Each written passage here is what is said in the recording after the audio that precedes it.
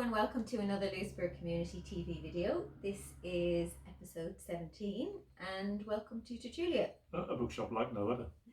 So today is 1st of September. We saw the doors open of some schools as we were passing in, so that's really nice to see. And today, I suppose, who have we got? We've got Helen Corcoran, Queen of Coin and Whispers. We'll be talking about that, and so will Helen when she's on in a little while. We also had a visit from Eleanor Fitzsimons, author of The Life and Loves of Nesbitt. So we'll be talking about that in a while as well. And I suppose today, what have you been reading this week, Neil? Well, I'm reading The Truth Must Dazzle Gradually by Helen Corcoran. Fantastic. I'm about 3 or 4 chapters in and really enjoying the book. Helen came on the show a few months ago. Yeah. And she sounds lovely and the book's great. So I'm enjoying that.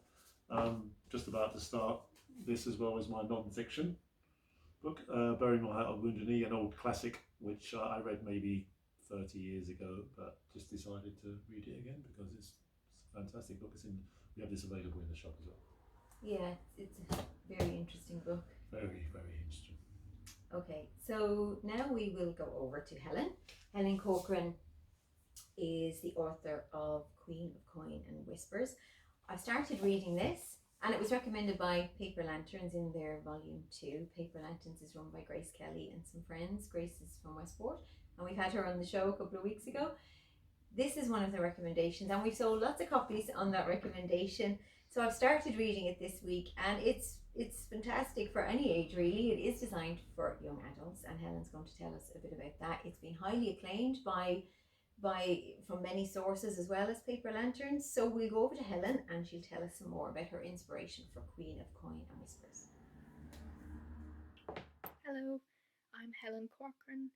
I wrote Queen of Coin and Whispers, which came out with the O'Brien Press in June this year. It was meant to come out in late April, but due to the pandemic, due to lockdown, due to the warehouse being closed, we had to delay publication to June. So it's been an interesting time to debut a novel, but we've been making the best of it that we can and figuring out things as we go. The book is a YA political fantasy. It is about Leah, a newly crowned idealistic queen who falls for Zania, her new spy master who has taken the job to avenge her murdered father. My kind of informal pitch for it is that if you liked the Tyrion and Littlefinger bits of Game of Thrones, you'll like this book, but if they had more women and more queer characters in them and none of the stuff that happens to women in Game of Thrones happens. I'm going to read a very quick bit of the first chapter, which is through Leah's point of view, and I'm just going to talk a little bit about the book and about me and writing and why I wrote it.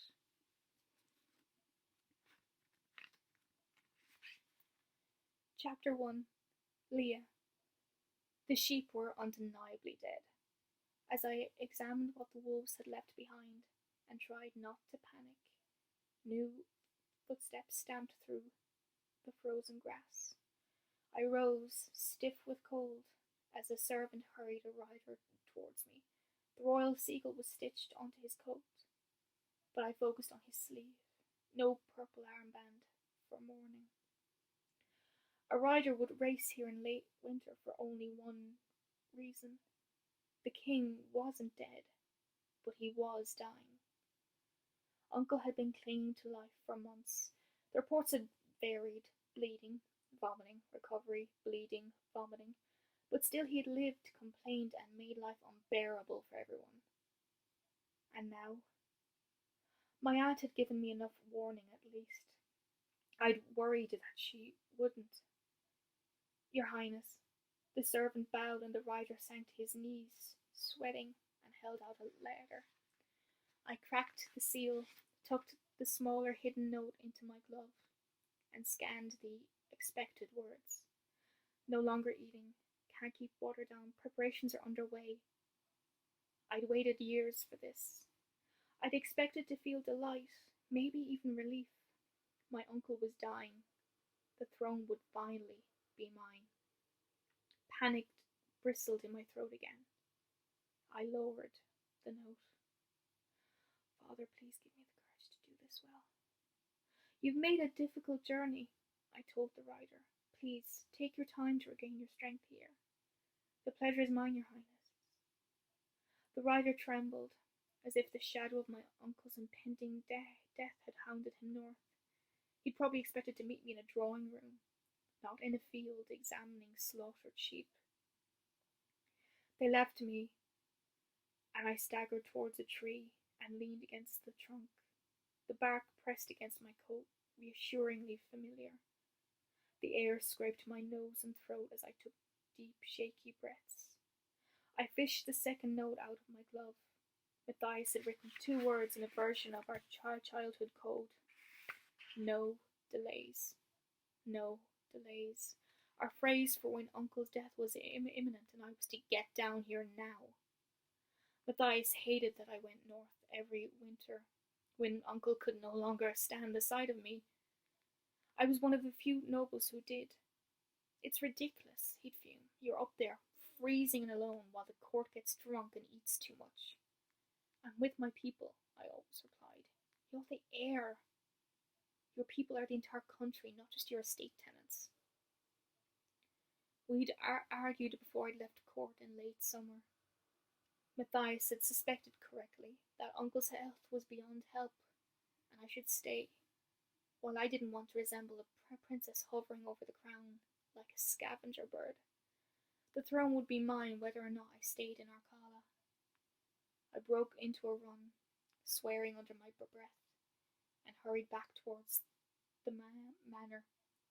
We'd have to travel quickly. Uncle must have declined suddenly, or Matthias would have sent more warning to prepare for the trip. I should have listened to him. As I approached, the doors leading to the gardens burst open.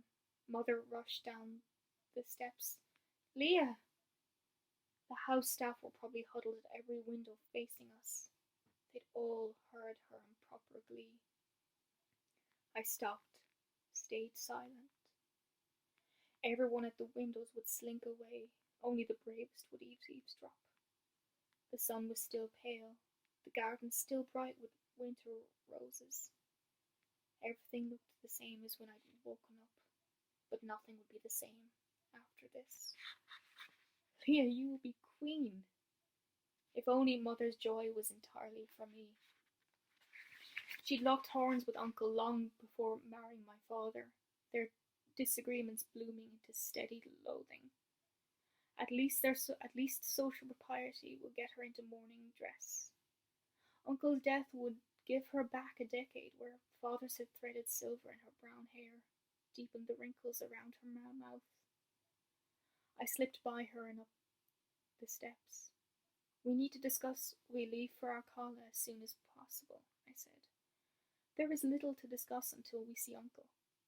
There was, in fact, plenty to discuss before I saw him.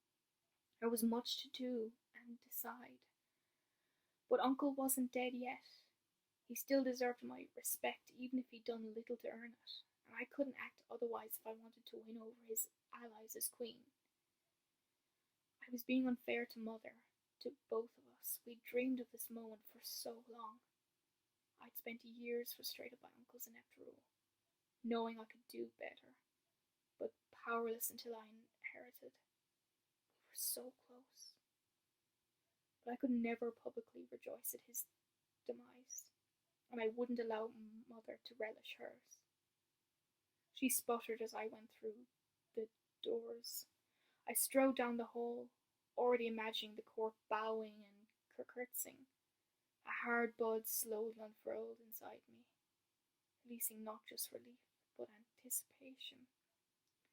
I'd waited years, biding my time, treading the stormy waves of family hatred to reach the other side mostly unscathed.